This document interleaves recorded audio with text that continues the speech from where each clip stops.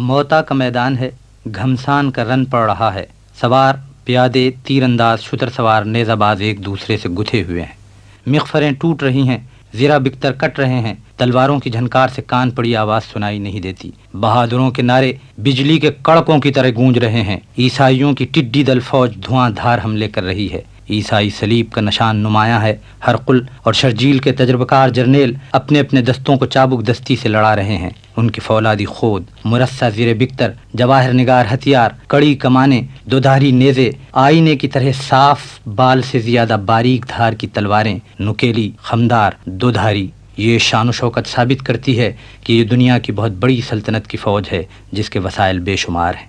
ان کے پاس نہ اسلحہ کی کمی ہے، نہ سپاہ کی، نہ ساز و سامان کی، نہ رسد کی، اونٹ ہیں قطار اندر قطار، سرخ بھی بھورے بھی، گھوڑے ہیں موج در موج، فیل پیکر، شیر آسا، یہی جاہو حشم ساز و یراق تھا کہ ایران جیسی عظیم الشان سلطنت رومیوں کے مقابلے پر آئی تو منہ کی کھا کر گئی۔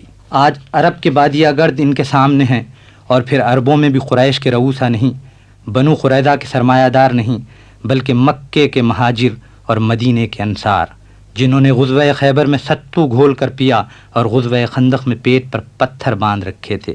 ان کی شہری مملکت مدینے کی 4 گلیوں پر مشتمل تھی، جس کے قیام کو ابھی 8 سال بھی نہیں گزرے تھے۔ ان کا ایوان حکومت مٹی کی دیواروں اور کھجور کے پتوں سے پاٹی ہوئی مسجد نبوی تھا۔ ان کا سردار زمین پر سوتا، پیون زدہ کپڑے پہنتا، اپنے ہاتھوں سے اپنا جوتا گانٹتا اور کئی وقت کے فاقے جھیلتا تھا۔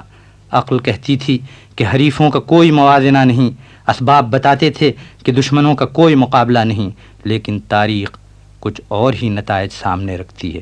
موتا کا میدان جنگ گرم ہے، عیسائیوں کے ہاتھوں میں موتا کی بے نظیر صنعت کی تلواریں چمک رہی ہیں، مسلمانوں کے ایک ایک کر کے 3 سپہ سالار شہید ہو چکے ہیں، فتح عیسائی لشکر کے قدم چومتی معلوم ہوتی ہے، لیکن شرجیل اب بھی سہما ہوا ہے۔ جب تک میدان جنگ میں ایک مسلمان بھی زندہ ہے، کچھ کہا نہیں جا سکتا کہ جنگ کا نقشہ کیا ہوگا۔ زید بن ثابت کا تنہا رومیوں کے قلب لشکر میں گھس جانا، جعفر طیار کا گھوڑے کی کونچیں کاٹ کر رومیوں کو گاجر و مولی کی طرح کاٹتے چلے جانا، ابن رواحہ کا صفوں کی صفیں الٹ دینا عیسائی سرداروں کی آنکھوں میں پھر رہا ہے۔ ان کا لشکر بے پناہ سہی، لیکن مسلمانوں کی جگرداری بھی کوئی چیز ہے، اور سچ تو یہ ہے کہ فتح شجاعت کی ہوتی ہے، تیر کمان ہاتھی گھوڑے کی نہیں۔ دنیا کی بڑی سے بڑی سلطنت کی فوج بھی ہوتی تو اس وقت موتا میں جنگ کا نقشہ ایسا ہے کہ ہتھیار رکھ دیتی، لیکن کفن بردوش، خدا کے سرفروش، توحید کی امانت کے رکھوالے کسی بات کو خاطر ہی میں نہیں لاتے۔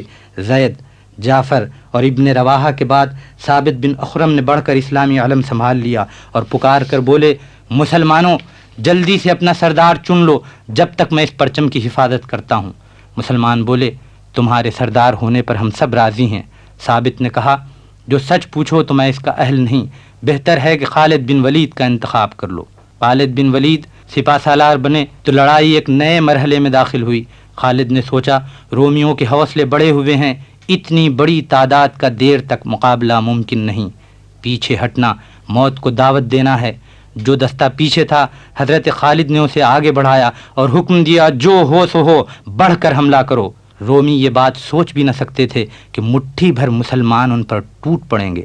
خالد خود آگے بڑھے، جگرداروں نے اب جو حملہ کیا تو معلوم ہوتا تھا جیسے دریاؤں کے بند ٹوٹ گئے ہیں، موت نے یلغار کی ہے۔ رومی دب گئے، پیچھے ہٹ کر نئے سرے سے اپنی فوج کی مورچہ بندی کی۔ خالد کی حکمت عملی کامیاب ہو گئی تھی، اب جو موقع ملا تو انہوں نے بھی اپنے فوج کو پھر سے ترتیب دیا۔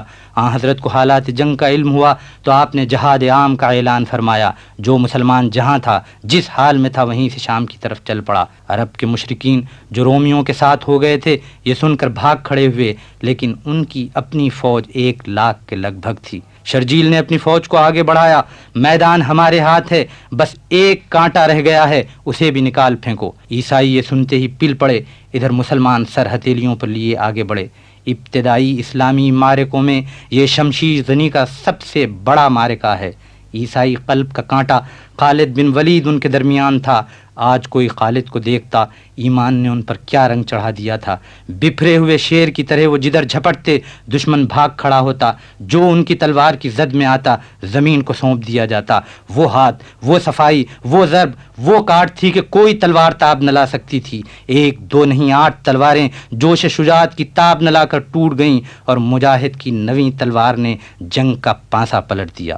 فوری طور پر فتح و شکست کا اعلان تو نہ ہو سکا، لیکن یہ جنگ موتا ہی میں مسلمانوں کی بے نظیر شجاعت اور بسالت کا رعب و دبدبہ تھا کہ تبوک کی مہم میں رومیوں کو ہمت نہ ہوئی کہ میدان کا رخ کرتے.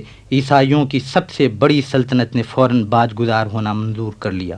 جنگ موتا جاری تھی کہ حضور اکرم نے مسجد نبوی میں صحابہ سے ارشاد فرمایا، جب میرے مقرر کردہ تینوں سردار شہید ہوئے تو مسلمانوں کے لشکر کی کمان خالد نے سنبھالی.